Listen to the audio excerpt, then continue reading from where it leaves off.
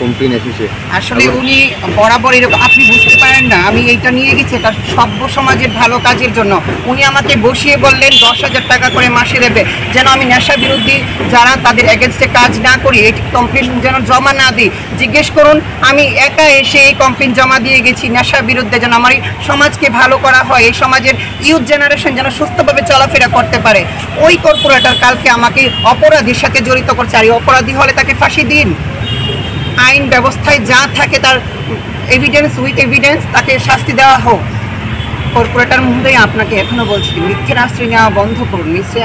মিথ্যের আশ্রয় নিয়ে আপনি নিজেই ফেসে যাচ্ছেন। আপনি যে অপরাধ করেছেন, আপনার অপরাধ এখন পরিষ্কার জলের মতো সমাজের মানুষের কাছে, আইনের কাছে, প্রশাসনের কাছে এবং রাজ্য নেতৃত্বের কাছে, মিডিয়া ভাইদের কাছে। আমি মিডিয়া ভাইদের মাধ্যমে এটা চাই যেন এটা বিপুলভাবে ছড়ানো হয় এবং রাজ্যের মুখ্যমন্ত্রী যেন এটা অতি সত্বর এটার বিচার ব্যবস্থা নেয়। 3 দিন পরে আমার তো আপনারা সবটাই জানেন, আমি সময় দিয়েছিলাম সংবাদ মাধ্যমে 5 ঘন্টার।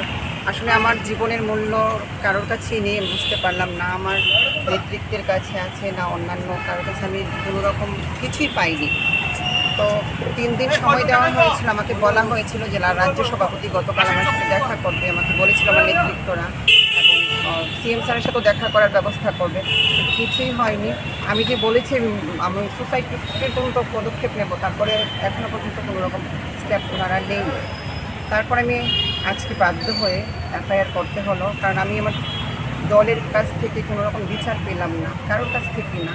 এখন আইনের সাহায্য নিলাম এবং আইনের কাছে আমি এটাকে চাই, আইন যেন সুস্থভাবে তদন্ত করে এটা সব বিচার হয় এবং যা যা ক্ষতি হয়েছে আমার ক্ষতিপূরণ দেয়। তো আমি এইটাই নিয়ে আজকে আইনের দ্বারস্থ হয়েছি। আরেকটু কথা আমি বলতে চাই, আমি এফআইআর করেছি, এফআইআর রিসিপ্ট কপিটা এটাতে প্রায় 59 জনের। উনি গতকাল প্রেস মিটে বসে বিভিন্নভাবে উনি ওনার চক্রান্তে নিজেই ফেসেছে, বিভিন্ন কথা আমাকে মারিনি, মোবাইল ভাঙিনি, আবার বলেছে রেকর্ড ডিলিট করতে গিয়ে মোবাইল পড়ে গেছে। আবার বলেছে যে আমি নাকি ওনার অফিসে গিয়ে টেবিল থাপড়ে ওনারকে বলেছি ওনার পদত্যাগ করাবো 6 মাসের মধ্যে। তো আমি বলতে চাই কর্পোরেটর মহোদয়াকে, যদি 6 মাসের মধ্যে আমি ওনার ওয়ার্ডে গিয়ে থাকি আর 2 মাসের আগে, তো অবশ্যই ওনার বাইরে সিসিটিভি ফুটেজে থাকা দরকার যে এই 2 মাসের মধ্যে আমি ওয়ার্ডে গেছিলাম কি না, এবং ওয়ার্ডে যারা যারা ছিল তারাও সাক্ষী থাকা দরকার যে কোন মানুষটা এসে টেবিল থাপড়ে কর্পোরেটরকে বলেছে। আর কর্পোরেটর মহোদয়া এটাও ভুলে গেছেন উনি যে মিথ্যে কথারও একটা সীমা থাকে। উনি প্রমাণ করে দিলেন উনি মিথ্যে কথা বলে, যে কী মিথ্যে কথা উনি বলেছেন, কতটুকু মিথ্যে কথা বলেছেন। তো আমি এইটাই চাইবো সঠিকভাবে তদন্ত হোক। আর কর্পোরেটর মহোদয় কালকে আরেকটা কথা বলেছেন যে অর্জুন দাসকে আমার সাথে জড়িত করেছে, যে অর্জুন দাস আসলে কি পাড়া প্রতিবাসী একজনের জন্য গেলেই তাকে সাপোর্ট করা হয় না।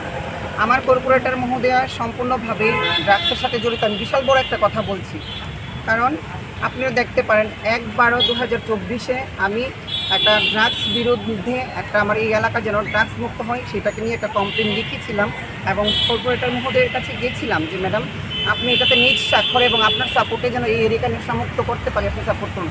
উনি আমাকে বললেন পায়েল বসো, মাথা ঠান্ডা করে আমাকে বসিয়ে বলল যে কি হলো তারা করুক, তুমি তো এখন কিছু করো না কাজ, আমি তোমার ওয়ার্ডে একটা প্রত্যেক মাসে 10,000 টাকার মতো একটা ব্যবস্থা করে দেবো, তারা করো, তুমি এইসবে যাও না।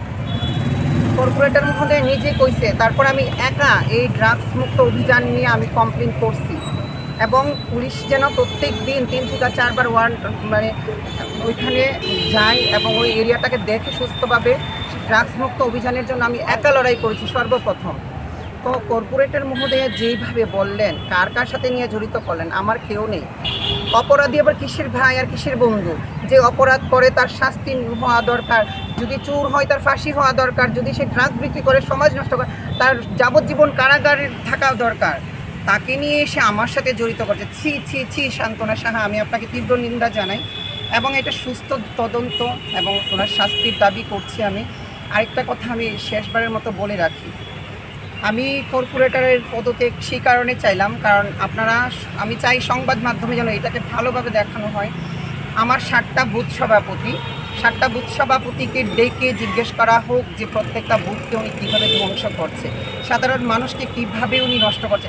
আজ 4 দিন পরে আমি আন্দোলন করার কারণে আজ 4 দিন পর ব্যাগ নিয়ে গেছে খাওয়ার দিতে এবং ফটো তুলে তুলে, তাও তাদের দিয়ে ফটো তোলাচ্ছে যারা মনে করেন গরিব অংশের মানুষরা আছে, যারা মনে করেন একটা বিস্কুটের পেলেও খুশি তারা মারপিট খেয়েও ভুলে যায়, তাদের হাতে ব্যাগ করিয়ে ভিডিও করে বলছে তোমাদেরকে আমি দেখিনি। আর এই কর্পোরেটর মহোদয়াকে আমি আবারও মহোদয়া বলে সম্মান করে বলছি, আপনি আপনার এই মিথ্যে বলা আগে শিখুন। আপনি তো মিথ্যেও বলতে পারেন না, কারণ আপনার কথাই আপনি কালকে প্রেস মিটেই অনেক কিছু ধরা পড়েছেন। আপনি আমাকে কিছু করেননি বলেছেন রাজ্য নেতৃত্বের কাছে, আবার বলেছেন রেকর্ড ডিলিট করার জন্য আপনি আমার হাতে ফোন নিয়েছেন, ফোন পরে ভেঙে গেছে। সেই কীরকম রেকর্ড আসলো? কারণ আপনি ড্রিঙ্কস করা অবস্থায় ছিলেন, আপনি মদ খেয়ে আমার উপর আক্রমণ করেছেন, সেইটা রেকর্ড আমার ফোনে ছিল, সেটা ডিলিট করতে গিয়ে আপনি এইসব করেছেন কাণ্ড। আর এত সহজে পার পাবেন না, সেই রেকর্ডগুলো আছে। মোবাইল ভেঙেছেন, ভিতরের ডেটা কিন্তু ডিলিট হয়নি। মোবাইল রিপেয়ার হবে, ঠিক হবে, ডেটাগুলো ভাইরাল হবে মিডিয়ার মাধ্যমে। এটাই বলে আমি সুস্থ তদন্ত চাই, বিচার চাই, শাস্তি দাবি করছি। এরপরও তদন্তে সুষ্ঠু তদন্ত না হয় তাহলে সুস্থ তদন্ত যদি না হয়, বললাম তো জীবন দিয়ে দেবো, কিন্তু জীবন দিয়ে এখন কিছু লাভ হবে না। কারণ রাজ্যের আইন ব্যবস্থা আমি বুঝে গেছি যে আমি দুবার সময় দিলাম 5 ঘন্টা করে, একজন মানুষ আমার খোঁজ নিল না।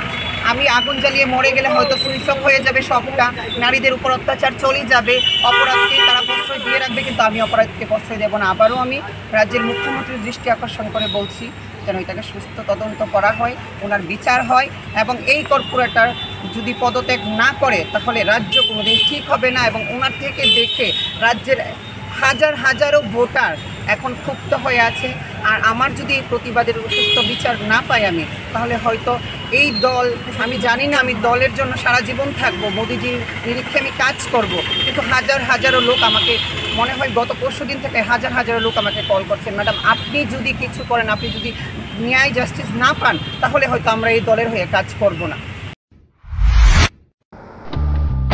বাড়ির ছেলে ডাক্তারি পাশ করে ফিরছে, তাই সেলিব্রেশন চলছে নানা পদের রান্না।